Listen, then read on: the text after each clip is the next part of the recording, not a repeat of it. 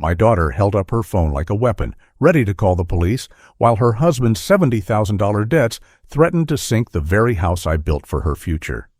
30 years of overtime, 30 years of sacrifice, and she told me to leave like I was nothing. I smiled that day because I knew something they didn't. The fight was just getting started. Before we continue, please subscribe to the channel and tell us where you're listening from in the comments.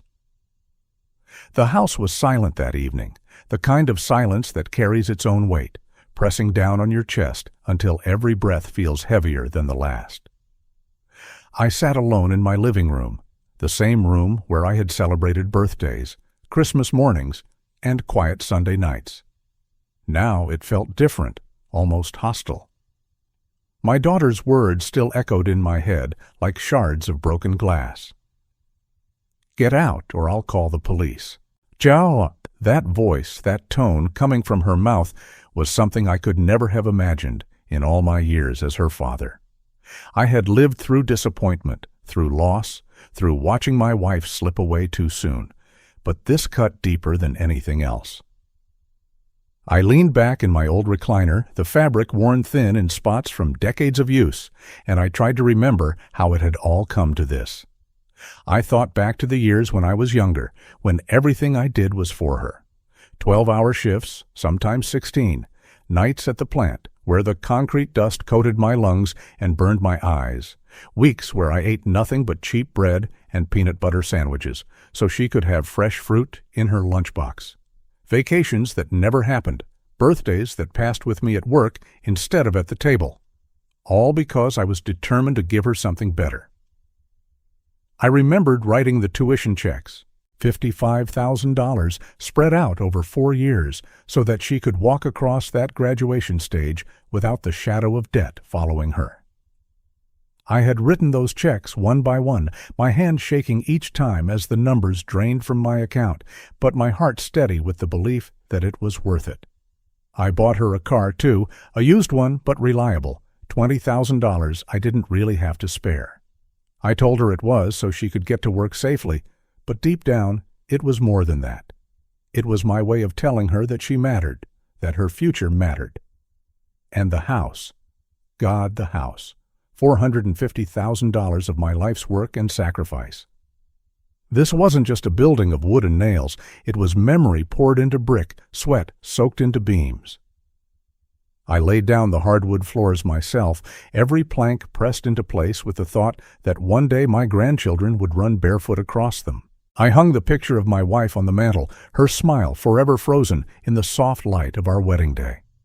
Every corner of that house told a story of love, sacrifice, and permanence. And now, because of reckless decisions and blind trust, it was all at risk of vanishing. The truth was brutal. My son-in-law had dug himself into holes so deep that sunlight couldn't reach them. Credit cards maxed out, loans stacked one after another, and more than $50,000 in gambling debts tied directly to my daughter's home. He thought he was clever, calling them investments or short-term loans. But I knew better. I had seen too many men at the plant, men who swore their next hand at poker or their next bet on a horse would change everything, only to end up with nothing but empty pockets and broken families. What tore me apart wasn't just the debts. It was my daughter, my little girl, who once sat on my lap while I explained how paying $50 extra on the mortgage each month could save us thousands in the long run. The child who used to smile when I came home late, covered in cement dust, because she knew Daddy was building something for her. That same girl now looked at me with suspicion, with anger, as if I were the enemy. She chose to believe him, the man who lied, gambled, and borrowed, over me, the father who had given her everything. I rubbed my hands over my face, feeling the roughness of age, the wear of years, and I let the pain sit there for a moment. Then slowly, it began to shift. Pain turned into something sharper, heavier, hotter. It turned into anger, into a kind of fury I hadn't felt since I was a young man, fighting foremen for fair pay. I thought about my wife, her picture still smiling at me from the mantel. I whispered, barely loud enough for even me to hear. "I did everything for her, Mary. I gave up everything. And she's forgotten it all. My throat closed up as the words left my lips, but inside, something solid began to form. I started to think differently. Maybe I had been blindsided by the betrayal. Maybe I had been broken by the sound of her voice screaming at me to leave, but I wasn't powerless. No, far from it. I remembered the day she and her husband sat nervously across from the loan officer. Their credit was shaky, their incomes too thin to carry the weight of the house they wanted. They had needed me. They had needed my steady history, my 800 credit score, my decades of work, my savings. And I had co-signed that mortgage with them. That memory hit me like a hammer. Co-signer, not just father, not just a silent supporter. My name was on the line, and that gave me rights. Legal rights. Rights they couldn't scream away, couldn't dismiss with a slammed door or a raised phone threatening to call the police. Suddenly, the balance of power looked different. They thought I was just a man standing outside their house, begging to be heard. But in truth, I was part owner. That paper, those signatures, gave me leverage. I stood, moving slowly toward the old oak cabinet in the corner of my living room. I had kept it for decades, every important document filed away with precision. Tax returns, insurance policies, property deeds, bank statements, all of it organized by year and by category. My wife used to laugh at me for it, saying I treated paperwork like it was gold. Maybe she was right. But tonight, that habit felt less like an obsession and more like a salvation. I pulled open the drawer marked House. There it was, thick with papers spanning years. Mortgage applications, loan agreements, property assessments. I flipped through until I found it, the one that mattered most. The original loan application, and there, at the bottom, were 2 signatures. My daughter's, careful and neat, the way she had always written her name. And mine, bold and clear, the mark of a man who had built his life on responsibility. I sat back down, the paper trembling in my hands. My heart was racing, not with fear this time, but with realization. I had a path forward. I had a weapon they hadn't considered.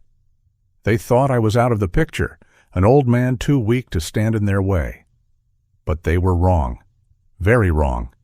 The anger inside me didn't vanish, but it changed shape. It became fuel, something I could use. I thought of my wife again, her soft voice in my memory, always telling me to think before I acted. "Clarence," she used to say, "you've got the patience of a man who lays concrete. Let it cure before you walk on it." And that's what I would do. I wouldn't rush into their house, screaming back. I wouldn't beg them to listen. No, I would plan. I would build a case, brick by brick, the way I built everything else in my life. The house was quiet except for the ticking of the clock on the wall. Outside, the Florida evening was fading into darkness, the citrus trees in my backyard casting long shadows across the grass. I held the paper tighter, the weight of 30 years of sacrifice pressing against my palm. I knew then that I wasn't finished, not by a long shot. For the first time in days, I felt a strange calm. My daughter might have forgotten who I was, but the law hadn't. That mortgage was my foundation, and foundations, I knew better than anyone, are what hold everything else up. Without a foundation, a house crumbles. Without me, their world would collapse. I slid the document back into the folder, careful and deliberate. My mind was already moving ahead, thinking of the lawyer I knew, the one who had helped me years ago with a property dispute. Thinking of the phone calls I would make, the meetings I would set. The betrayal had cut me deep, but it had also awakened something I hadn't felt in a long time. Resolve. I stood once more, walked over to the mantel, and looked at my wife's picture. "They'll regret this, Mary," I whispered. "They'll regret every word and every action. I won't let them destroy what we built."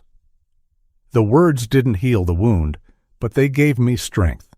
The night stretched on, the air heavy with the scent of orange blossoms drifting through the open window. I knew tomorrow would bring confrontation, planning, maybe even a fight in court. But tonight was about realization, about shifting from pain to power, about knowing that I still had a way forward. And with that, I turned off the light, the house sinking into darkness. But inside me, something had already lit up again, a spark of determination, small but steady. This was not the end. No, this was just the beginning of the next chapter. I woke before dawn and sat at my kitchen table with the mortgage folder open like a map. The pages glowed under the small lamp, edges softened by years of careful hands. Last night's hurt had cooled into something sharper. It was no longer a bruise. It was a blade. I would use it. I poured black coffee into the chipped mug Mary found at a yard sale, the mug that had outlasted raises, layoffs, and winters that refused to end. The house held its breath with me, quiet, waiting. I made a plan the way men in my line of work make plans. First, verify the numbers. Second, face the problem at its source. Third, protect the structure. Straight lines, square corners, no shortcuts. I tucked the folder into my jacket, slid copies of the statements into a fresh envelope, and drove across town to Ryan's office. The sun was low, traffic thin, the road already humming with the vans and work trucks of men who knew what sweat costs. His company rented half a floor in a modern building with polished concrete, white walls, and plants that had never tasted real soil. I asked the receptionist to page him to the break room. My voice was level, my hands were steady. A few minutes later, he walked in with a smile he had not earned.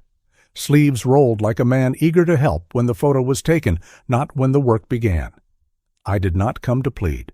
I set the envelope on the table and slid it toward him. He let it sit there until I opened it myself and fanned the pages. Bank statements, credit pulls. The second mortgage with its A floating rate and penalties.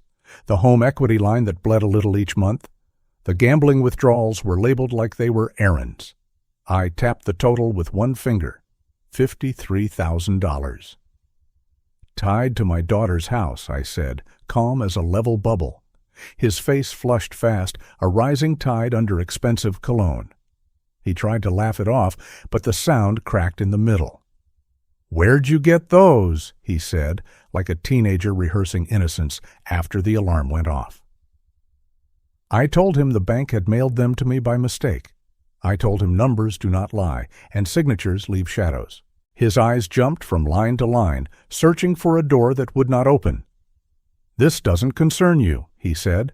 He pushed the papers away, then pulled them back, then pushed them again, the way a man touches a hot pan. "Stay out of my business, old man." Old man. The words settled over the table like dust. I let them settle. "My business," I said, spreading the documents wider so there was no room for his coffee cup, "is 30 years of extra principal on the home that keeps a roof over my daughter's head. My business is a mortgage I co-signed because you could not qualify alone. My business is the foundation you are drilling holes in." I did not raise my voice. The fluorescent lights buzzed like angry wasps. A refrigerator hummed. Somewhere down the hallway, a copier clicked and whirred. He took a step closer, trying to fill the room with cologne and bravado. "You don't understand," he said. "These are investments, crypto. I'm managing it." He leaned in and dropped his voice to a threat. "Back off." I pulled my phone from my pocket and opened a screenshot. A fresh credit application, time-stamped, same collateral listed, same address. "Explain this," I said. He reached for my phone on reflex. I drew it back. For a heartbeat, the mask slipped. Fear crossed his face like a shadow. Then the anger returned. "Get out of here," he said. "Leave my life alone." "Fix your life," I said. "Do it right now, before the house falls with you." I gathered the papers, placing each one into the envelope with steady hands.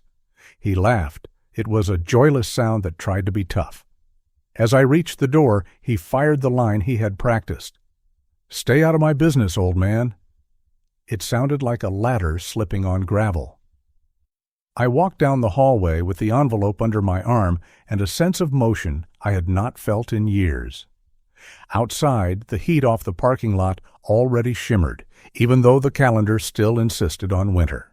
I drove straight to Katie's house. I told myself that what I was bringing her was not an accusation. It was math. She loved numbers when she was small.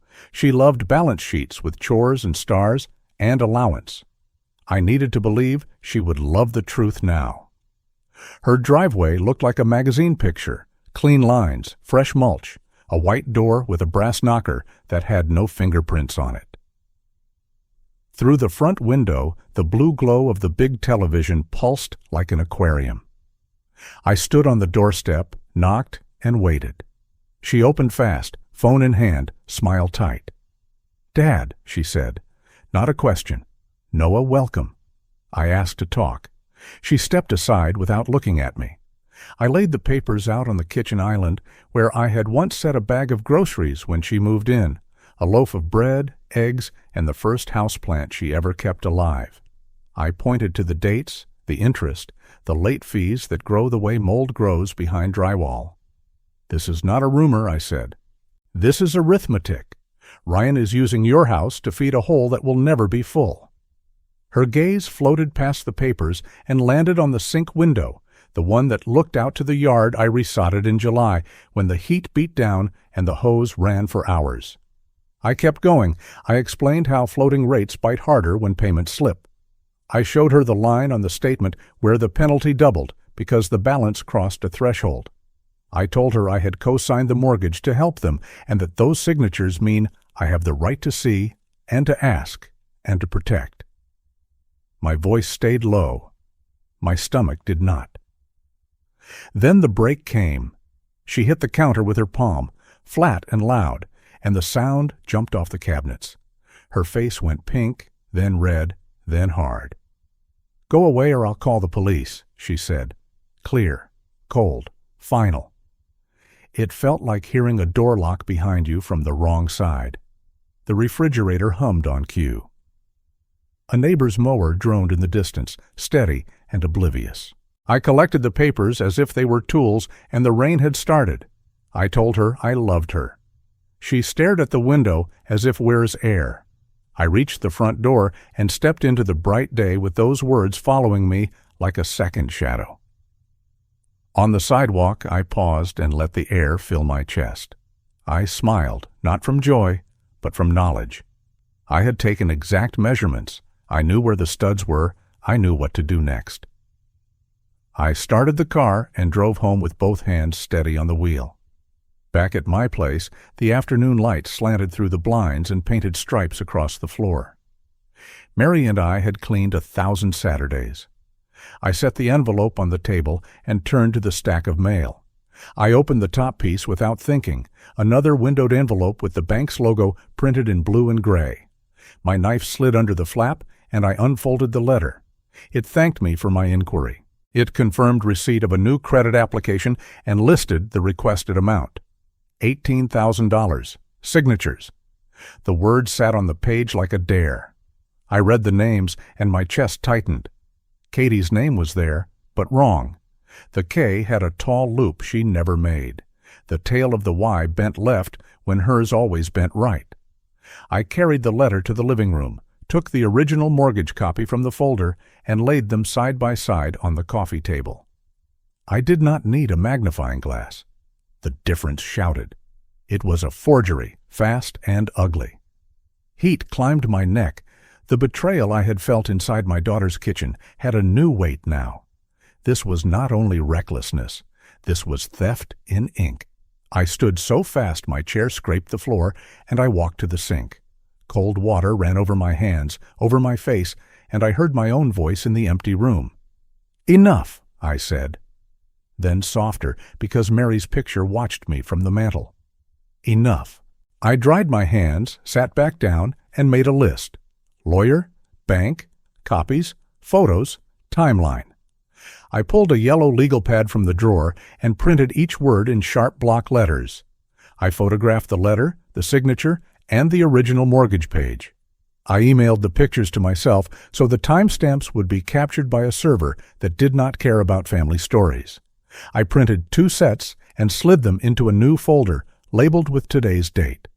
The order calmed me. The routine steadied me. Then I called Michael Grant.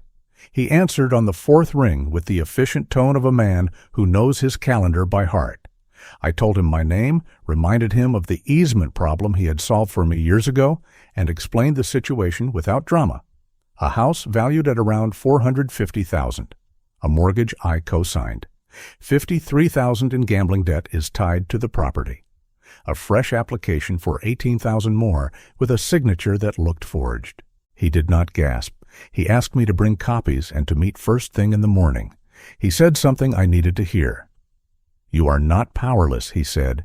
"If your name is on that mortgage, you have standing. We can stop further damage. We can make the court see." His voice was even, unhurried. He did not promise triumph. He promised the process. It was enough. After we hung up, I called the bank's fraud department. I spoke with a woman whose calm felt like a handrail on a stair. I told her I believed my daughter's signature on a pending credit application was not authentic. She assigned a case number, explained that the application would be paused for review, and asked me to upload copies through their secure portal. I thanked her and did it immediately. Then I wrote the case number on the top of my legal pad and underlined it twice. Evening settled in. I brewed another small pot of coffee because the smell of it helped me think. The house seemed different now, not healed, but braced. I gathered the copies for Michael, laid out a timeline from the first bank call to the letter I had opened an hour earlier, and added my notes about Katie's reaction and Ryan's words in the break room. I kept my sentences clean, facts first, feelings separate. If you're still watching and find this story interesting, please comment 1 below to let me know you're here with me. The phone buzzed. A text from Ryan. 3 words. Stop meddling now. I took a photo of the screen and emailed it to myself for the record. I did not respond. A minute later, another text arrived from a number I did not recognize. It said I was embarrassing the family. It said I should think about my age and my health. I saved it too. I locked my front door and checked the back latch, not because I was afraid, but because I respect risk. I slept poorly, but what sleep I found was clean. Morning came pale and quiet. I shaved, put on the navy suit I wore to Katie's wedding, and drove to Michael's office. His conference room had warm wood and a window that let in honest light. He shook my hand, asked me to sit, and listened without interrupting while I walked him through each page. He read the letter twice. He traced the signature shapes with his eyes and nodded once. He laid out the options in clear language. As a co-signer and co-applicant, I could request information from the lender. If cooperation broke down, a partition by sale was available, a blunt tool, but effective. If we moved fast, he could seek an injunction to stop any new encumbrances. He would prepare a notice to the bank and a list pendants to mark the property in the county records so nobody could refinance, transfer, or pretend the law wasn't watching. He said the forged signature was a separate matter that could carry criminal consequences if the bank confirmed it.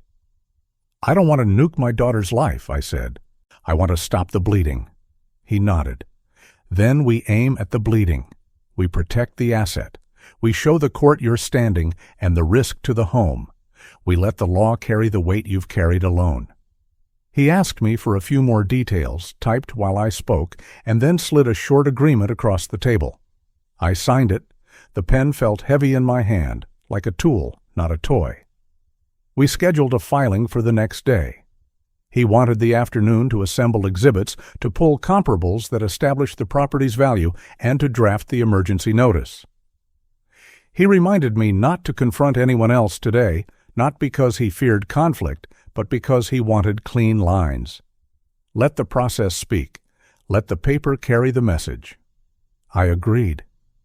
On the drive home, I passed the small park where I used to push Katie on the swings. The image flickered in my mind, not to hurt me, but to remind me why I was doing this. Love is not pretending a cracked beam can hold. Love is replacing it before the roof caves in. I said the words out loud, and they sounded right. When I pulled into my driveway, there was a note taped to my door.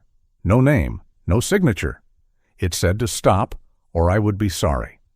I photographed it, placed it in a plastic sleeve, and added it to the folder. I called my neighbor and asked her to keep an eye out for any unusual cars.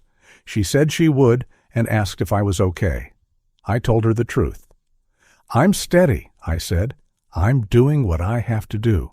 Late afternoon, I drove to the neighborhood branch of the bank and asked to speak with a manager. We sat in a glass cubicle that smelled faintly of toner. I explained the fraud case number and asked that a notation be added requiring dual verification from both named applicants before any changes could be made to the mortgage or the home equity line.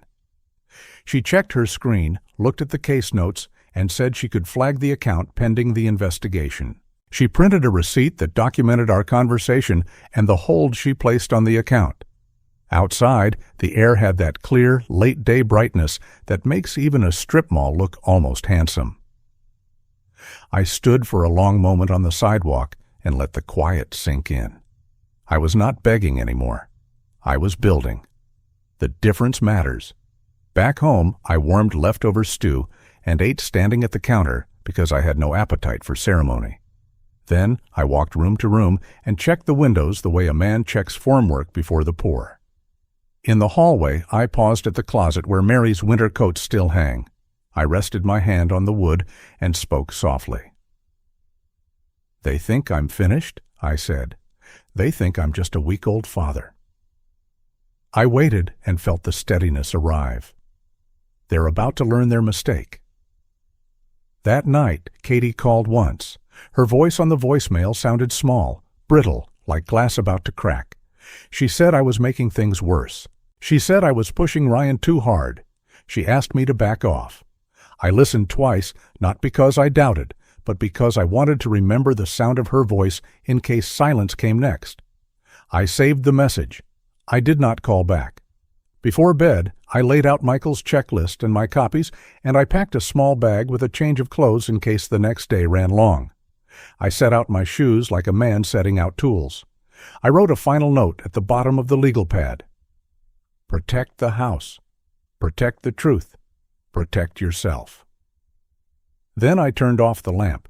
The house settled around me, wood easing, ducts cooling, the ordinary sounds of a structure at rest.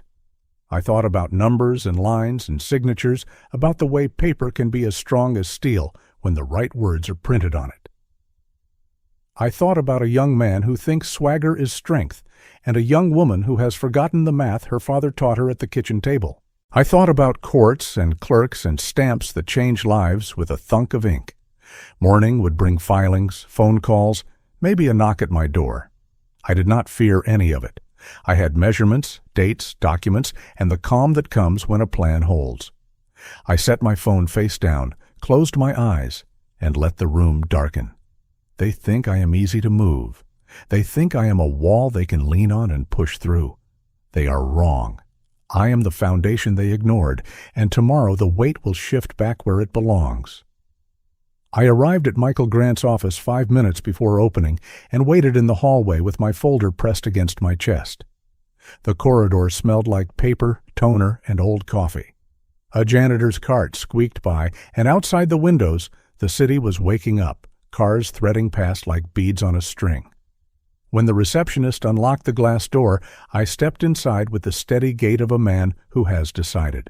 The night before, I had promised myself that feelings would not steer me anymore. Paper would. Michael greeted me in a gray suit and a slate tie. His handshake was firm without trying to prove anything.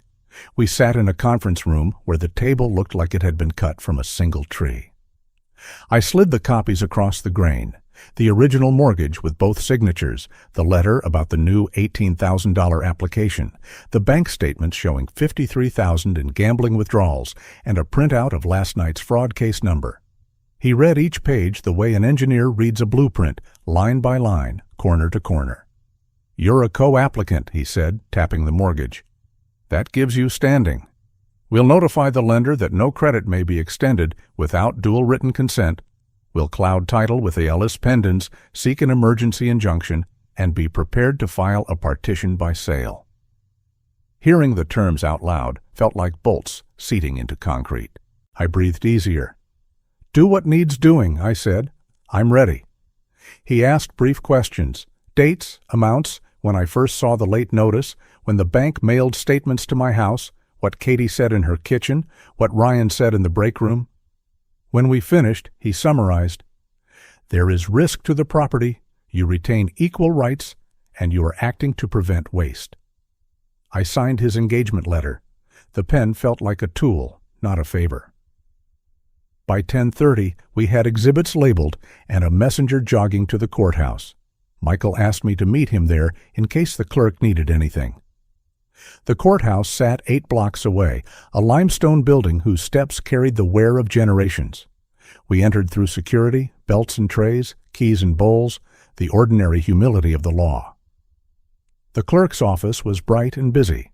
Michael spoke with a woman whose badge read H. Gonzalez and requested an expedited hearing on the injunction. She initialed, stamped, and gave us a case number that felt heavier than ink. Back in the hallway, light poured through tall windows and turned the floor mosaic into a shallow pool. Michael went upstairs to file the notice with the recorder. I waited on a bench. Footsteps rushed toward me. Ryan, jaw locked. Katie, pale, clutching her phone. They had that hurried look people get when they think speed is strength. Ryan stopped 3 feet away and held out a sheet as if it were a flag. "Family agreement," he said. "You withdraw everything, and I'll pay $500 a month until the debt is cleared." I didn't take it. $500 against more than $53,000, plus interest and fees. 10 years if he never missed, which he would. I finally glanced down. No dates, no collateral, no enforcement. Air pretending to be lumber. I folded it once and handed it back. "This isn't a plan," I said. "It's a delay." His voice rose, too loud for a courthouse. Heads turned. "You're betraying your own daughter," he said. "You want us on the street? You want the church to hear?" I didn't answer his theater. I looked at Katie and spoke the simple truth. "I'm protecting the house you live in. I'm protecting the equity Mary and I built. If I do nothing, there will be nothing left." Katie's jaw trembled. Ryan stepped closer, heat without weight. He jabbed a finger toward my chest. "Call it off, old man." Michael appeared beside me, like a door ceiling. "This conversation is over," he said evenly. "Any further contact goes through counsel." Ryan crumpled the paper and tossed it toward the trash. It missed. A deputy looked over. Ryan's eyes dropped. Michael guided me to the stairs. Anger burned, but under it was granite. Upstairs, the recorder's office felt like a library. Michael filed the Ellis pendants, and within minutes the title wore a cloud big enough to darken any lender's appetite. "They can't refinance or sell," he said. "Any bank or buyer sees this case first." We sat under a tall window while he outlined the next steps: the injunction hearing, the bank's verification of signatures, and the possible need to petition for partition by sale. Each item was a beam. The building rose in my mind. My phone buzzed. A text from Katie. "Dad, please talk to me alone." Another from Ryan. "You'll regret this." By the time I reached the sidewalk, there were 5 missed calls. I did not pick up. At home, I wrote a clean account of the hallway scene on a yellow pad, times and words included. Documentation has a way of cooling the blood. Michael called near dusk. The injunction was set for preliminary review at 9 the next morning. "Bring your originals," he said. "We'll walk in steady and walk out on record." I slept with the window cracked. Morning came pale and patient. I wore the navy suit I'd worn to Katie's wedding and carried the folder like a carpenter carries levels. If you're still watching and find this story interesting, please comment 2 below to let me know you're here with me. The courtroom's wood drank sound. The judge read while Michael summarized. The fraud notation, the pending $18,000 application, the $53,000 in gambling withdrawals, my co-applicant's rights, and the risk to the home. He did not dramatize. He honored the room. The judge asked whether the bank had confirmed receipt of the fraud claim and whether the defendants had counsel. Then he signed the temporary injunction. Ink made a boundary. My voice never could. Outside, the sun felt like cool water on hot concrete.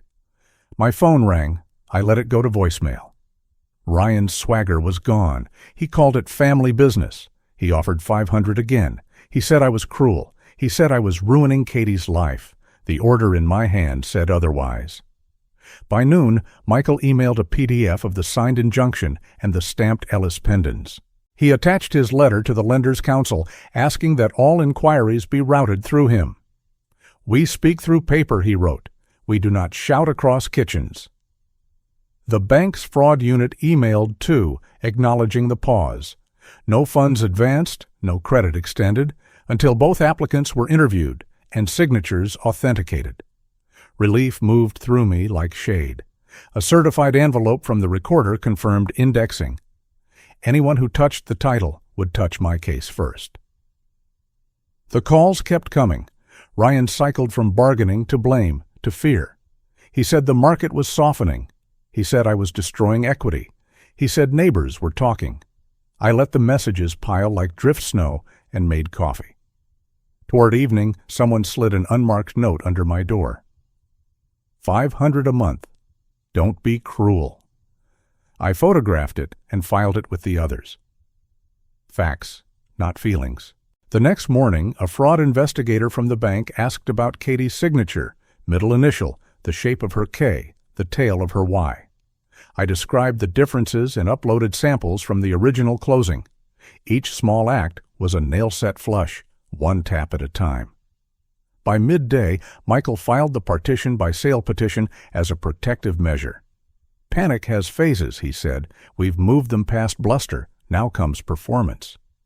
He was right. Katie called to meet. She said they would sell the television, cancel subscriptions, and eat at home.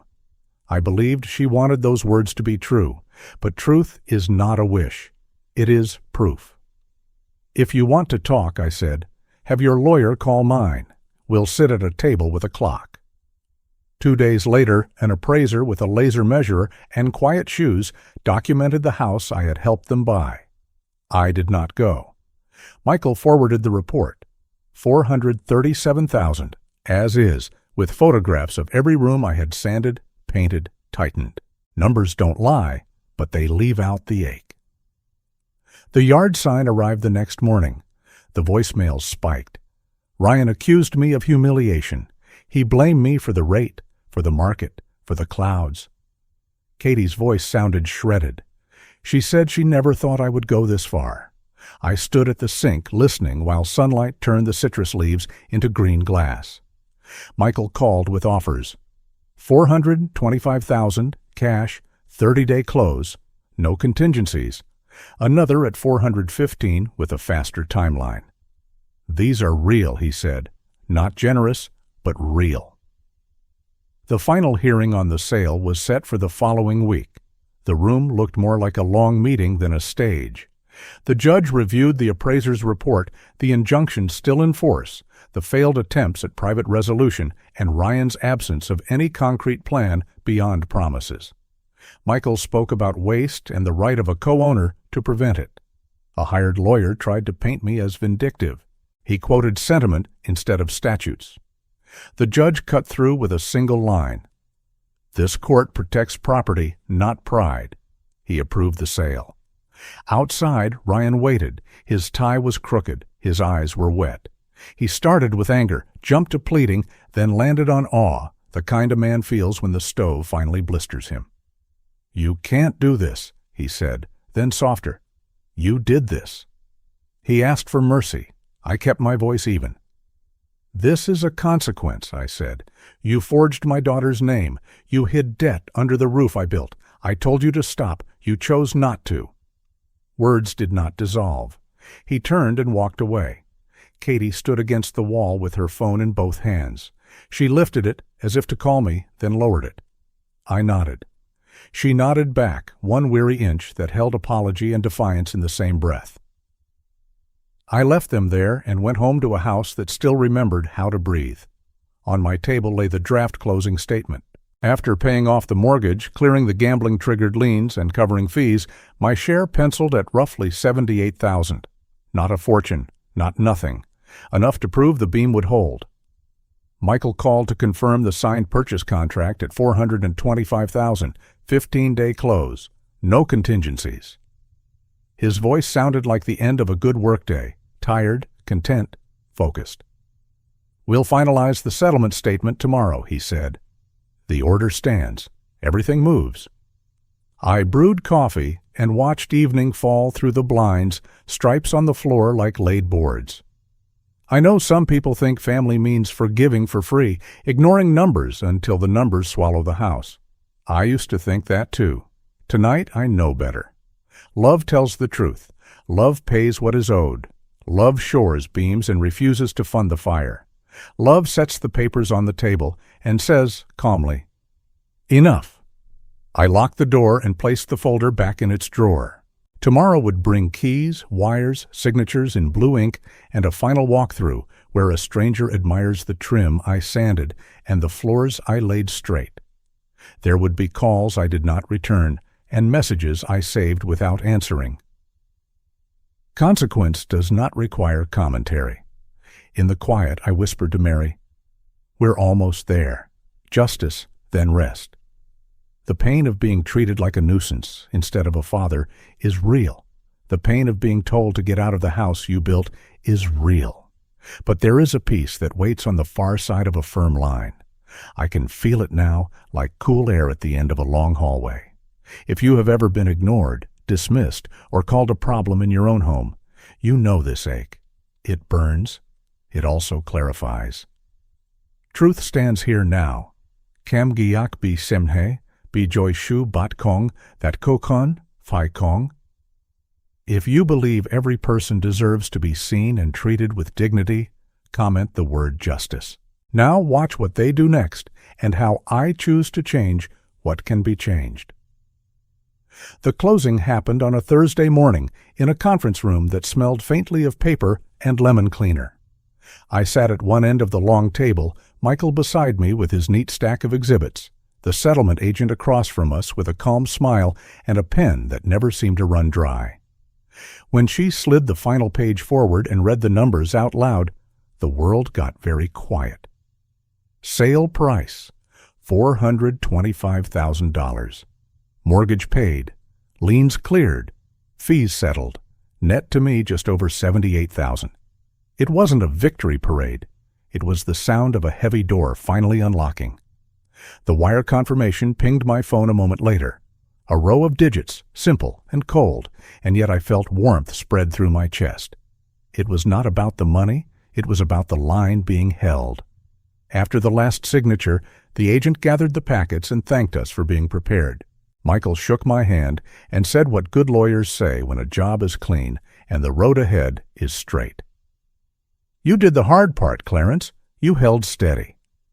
I nodded and tucked my copy of the closing statement into the folder. The paper was warm from my hands.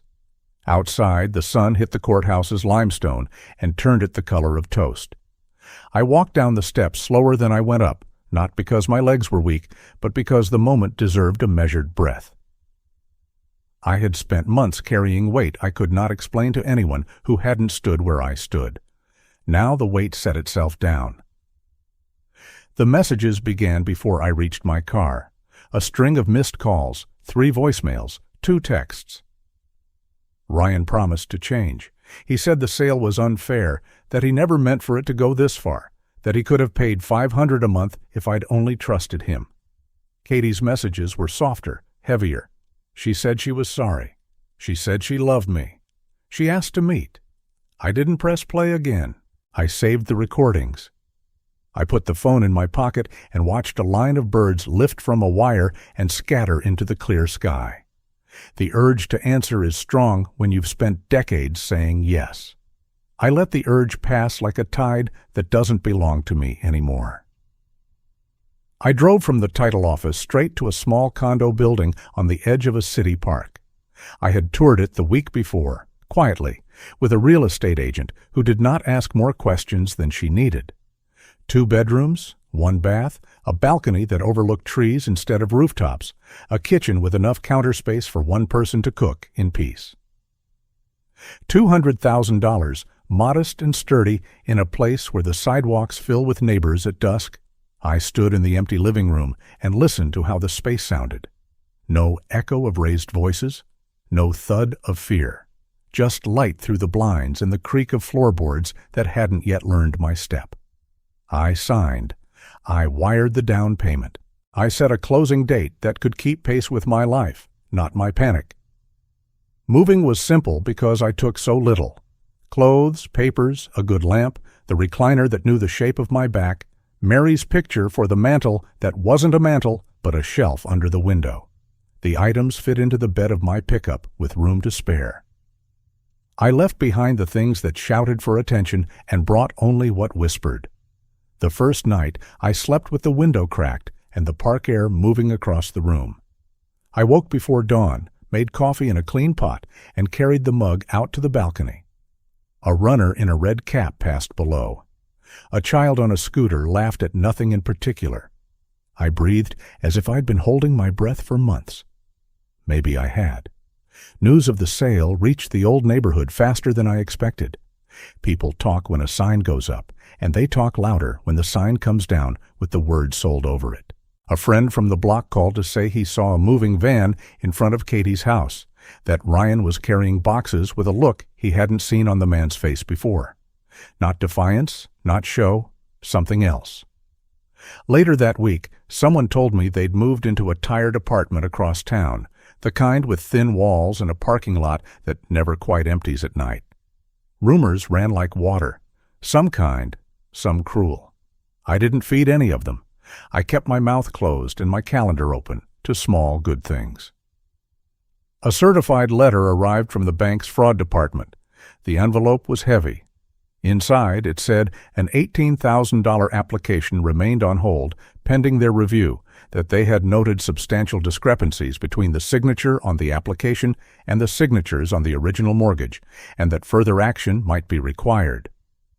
There were case numbers and dates, and a language I have come to respect. Facts, process. The letter did not celebrate or scold. It simply put a fence around something that needed a fence. I filed it with the other papers and felt that same quiet warmth again. Not gloating, closure. The calls slowed to a trickle once the closing was done. Ryan sent one text I will remember, word for word. He wrote that I had ruined his life, that I had humiliated him, that I would die alone. Anger has a way of misreading the scoreboard. Katie's last message came on a Sunday afternoon. She said she understood why I did it, that she wished I had trusted her more, that she wished she had trusted herself. I stood in my new kitchen and listened once, then set the phone down like a tool I no longer needed for this task. I wrote a short reply the next morning and read it aloud before I sent it. I told her I loved her. I told her I needed distance. I told her we would not be in contact for a while. I pressed send and felt both the sting and the relief. Boundaries are not fences to lock love out. They are rails to keep the train on track. The condo filled with routines that ask nothing of anyone else. Morning coffee on the balcony, a walk around the park before the sun leaned too hard on my shoulders. Books in the afternoon, the good ones I'd saved, and the simple ones that go down easy. A tidy dinner without a clock breathing down my neck. Time in the building's little workshop, sanding a small table whose joints had come loose. I found a church 5 blocks away that sang the hymns slowly and surely. I sat near the back. When the pastor talked about patience, having a backbone, not just a soft heart, I felt the words settle where I needed them. I whispered to Mary when I got home. I don't need them anymore, I said, chest tight and eyes burning. I have myself. The silence did not mock me. It held me. I won't pretend the ache vanished. It moved. It stopped living in my throat and went to my hands, where it could work. I fixed wobbly chairs in the building's lobby with a little glue and clamps. I took the old flag down from my closet and brushed it clean, then folded it tight and put it where it belonged. I opened a savings account and moved the $78,000 with a note to myself that this was not victory money. It was repair money. It was the cost of telling the truth and paying what the truth requires. On the memo line, I wrote one word: foundation. If you're still watching and find this story interesting, please comment 3 below to let me know you're here with me. Sometimes I walked past a row of townhomes and caught a glimpse through a lit window. Families at tables, grandparents on the couch, laughter, the kind that comes from the belly and doesn't check the door first. I felt the ache then. I let it pass across me without pretending it wasn't there. The lesson of this season is not that solitude is easier than family. The lesson is that respect is the only ground a family can stand on. Without it, you're just people in a house with a nice kitchen. People ask me what I learned, as if you can boil 30 years of work and 6 months of battle into a sentence you can write on a refrigerator magnet. I tried anyway. For parents, I say this: do not sign what you cannot afford to lose. Do not put every egg into the basket that a smile hands you. If you must co-sign, keep your copies, keep your eyes open, and never apologize for stepping in when numbers are about to carry your child over a cliff. Love that lets go of truth is not love. It's fear with better clothes. For children, I say this: your parents are not banks. They are not ladders for you to stand on while you cut the rung beneath. If you borrow trust, pay it back with interest. If you break it, expect to rebuild with your hands, not their apologies. And for all of us, I say this: human nature bends toward comfort and away from consequence. That bend has to be fought. Greed is easy, entitlement is lazy. Gratitude is the work that keeps roofs from leaking. When I think of Ryan and Katie now, I do not picture the courthouse hallway, or the shouting, or the way fear makes a voice go thin. I picture them sitting on a couch in that apartment, the kind with blinds that never quite hang straight, looking at each other in a quiet they can't blame on me anymore. Maybe they are paying down a balance instead of feeding it. Maybe they are not. That is their work. I am not their scaffolding. I am not their excuse. We live in the same city and on different maps. The park outside my window has a walking group that meets at 7. Mostly retirees, a few with dogs who know the route better than their owners. One morning, I fell in step beside them. No big introduction, no story. Just a nod, a morning, and the easy rhythm of sneakers on the path. Afterward, a woman with kind eyes asked if I'd ever volunteered at the community garden. I said no. She said they needed hands on Saturdays. Dirt under the nails is a good way to remember what matters. I told her I would come by. When I got home, I marked the date on a simple calendar. It felt like a small door opening. I still keep Mary's photo on the shelf, and sometimes I talk to it the way old men are known to talk to things that can't answer. I tell her what I cooked. I tell her the azaleas in the park came in late this year. I tell her a joke I heard in the lobby that wasn't very good, but made me smile anyway. And some nights, when the wind is right and carries the sound of a baseball game from the park's little field, I tell her what I learned the hard way. Pride plays loud, but truth wins in the end. I say it out loud, so I'll hear it again. Katie sent a letter last week, handwritten, not typed. The envelope sat on my table for a day before I opened it. She apologized. She said she is looking for work. She said Ryan is trying counseling. She asked if we could meet in a few months. I read it twice. I folded it back into the envelope and placed it in the drawer where I keep things that matter. I did not write back. Not yet. Boundaries again. A season, not a sentence. On Sunday, I walked home from church by the long way, through the part of the park where the path rises enough to see the tops of the trees.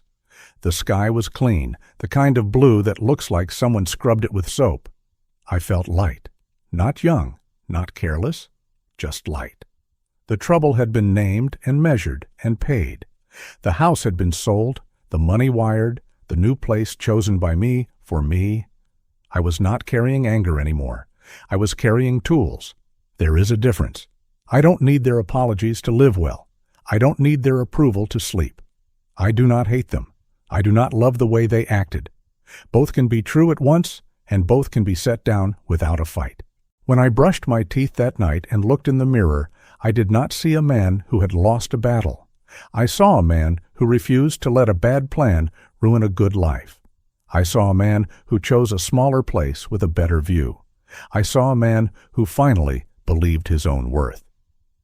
Before bed, I stood at the window and whispered, almost without sound, "I am free." The word felt steady on my tongue. It did not need to be loud to be true. Tomorrow I'll stop by the community garden and ask about the Saturday shift. They'll point me to a row that needs weeding, and I'll kneel in the dirt with the sun on my neck and the smell of tomatoes in the air. I'll learn names. I'll listen. I'll show up again the week after that. A new chapter begins quietly. That's how you know it might last. The first real morning of peace came quietly, almost like it didn't want to wake me too suddenly. I brewed coffee in the little kitchen of my condo, the steam rising in slow curls above the mug, and stepped out onto the balcony that overlooked the park. Children's voices carried faintly from the playground, dogs barked as their owners tugged on leashes, and the wind rustled through the tall oaks that lined the path. It wasn't a grand estate or a house filled with memories carved into wood and stone, but it was mine. Mine because I chose it. Mine because it stood untouched by betrayal. I leaned on the railing and whispered into the breeze, "I finally found where I belong." Settling into this new life was simpler than I expected. The condo was smaller than the house I fought so hard to protect, but there was comfort in its scale. Every corner was manageable, every room invited calm. I bought a modest dining table from a local craftsman, the kind of table built to last, not to impress. In the afternoons, I joined a walking group in the park, mostly retirees like me, each of us carrying quiet stories. We walked together without asking too many questions, just sharing nods, small jokes, and the rhythm of our steps that kept us moving forward. That rhythm soothed me. It felt like my heart, steady again after months of storm. One Saturday, I signed up at the community center to help at the food pantry. My hands, which had once held blueprints and mortgage papers, now carried boxes of canned beans and fresh produce. I stacked shelves, smiled at families, and felt the weight of usefulness. Helping strangers gave me a kind of family I hadn't expected, one built on respect, not obligation.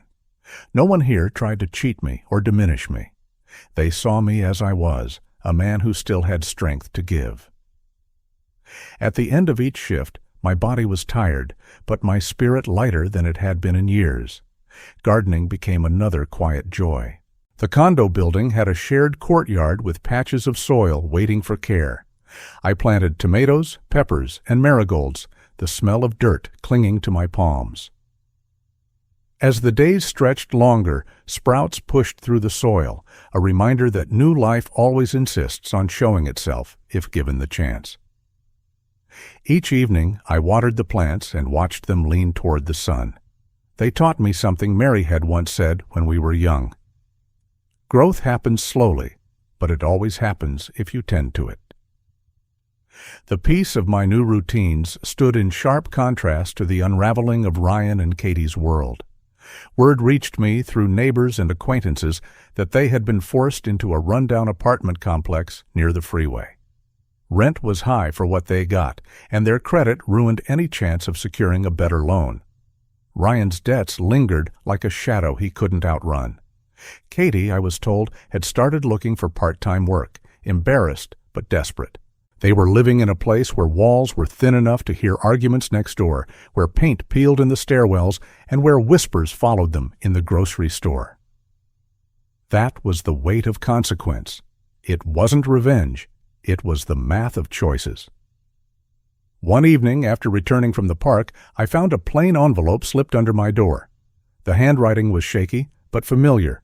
Inside was a letter from Ryan. He wrote that he was sorry, that he had acted out of pride and fear, that he hoped one day I could forgive him. He begged me to call. I read it twice, sitting at my kitchen table, while the last light of day faded into the trees outside. The words carried regret, but also desperation. I placed the letter back into the envelope and tucked it into the drawer where I keep important papers. I did not reply. Some boundaries must hold, not out of cruelty, but out of respect for what was lost. I whispered to myself, I don't need their apologies to live well. I don't need their approval to breathe. And the quiet agreed. A few weeks later, while sorting through a box of old things I had carried from the house, I found a small, worn velvet pouch. Inside was my father's pocket watch. The glass was scratched, the hand stiff, but the weight of it pulled me straight back to boyhood. He had always said, "A man is measured not by what he earns, but by what he honors." Sitting there with the watch in my palm, I finally understood. Houses can be lost, money can come and go, and even family bonds can fray. But character? Character is the one possession no betrayal can strip away. I polished the watch and placed it on my desk where I could see it every day. It reminded me of the true inheritance I carried, one worth far more than dollars. In the months that followed, my life expanded in small but meaningful ways. I joined a reading circle at the library, where once a week I sat with men and women who shared stories and laughter over dog-eared novels. I attended potlucks at the community center, tasting dishes cooked with love by people who had known both hardship and grace. I made friends not because of blood, but because of choice, and those bonds felt sturdier. Each night, as I sat on my balcony watching the sun sink behind the trees, I felt the tension drain from my chest. I wasn't living in exile, I was living in freedom. The contrast between my life and theirs grew sharper with time. Ryan and Katie continued to reach out occasionally, texts, a voicemail, another letter, but I stayed silent. I had chosen dignity, and with that choice came distance. I heard through whispers that Ryan struggled to find steady work, that Katie looked thinner, tired. Perhaps they were beginning to face what I had faced long before, that greed and entitlement always come with a cost. But their path was no longer mine to carry. I wished them well, quietly, but did not open my door to them again. Looking back, I realized the lessons etched deep in my journey were not just for me.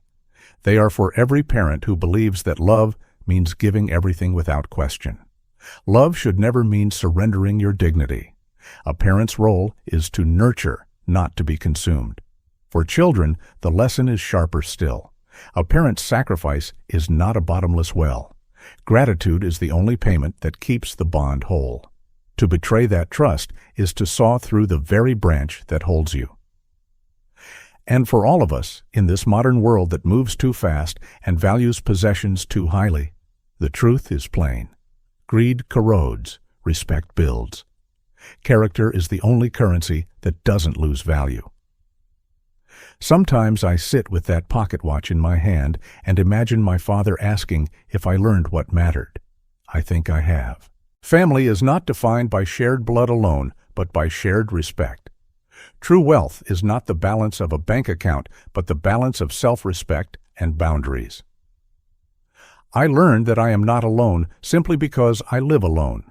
I am not diminished because I drew a line. I am, in fact, stronger. The condo is quiet most nights, but it is a good quiet, a peaceful quiet. I cook my own meals, I water the plants, I attend gatherings when I want to, and I rest when I don't. My balcony has become my sanctuary. On one recent evening, as the sky turned the color of peach and lavender, I whispered into the stillness, "I finally found where I belong." The words did not echo. They settled. And for the first time in a long time, I believed them fully. So this is where my story rests. Ryan and Katie live their lives, weighed by choices. I live mine, lifted by lessons. The rift remains, and perhaps always will, but I carry no bitterness with me now. I carry truth, dignity, and the knowledge that I protected what mattered most. Not just the house, not just the money, but my own worth. In the end, that is the inheritance I leave behind. Not a deed or a dollar, but an example. And I hope that someday, when my story is told, it will end with the line that has become my compass. Character is the one treasure no one can ever steal. The story has come to an end. It has brought you valuable lessons and insights. If you enjoyed this content, please like, share, and subscribe to the channel so you won't miss the next video. Goodbye, and see you again.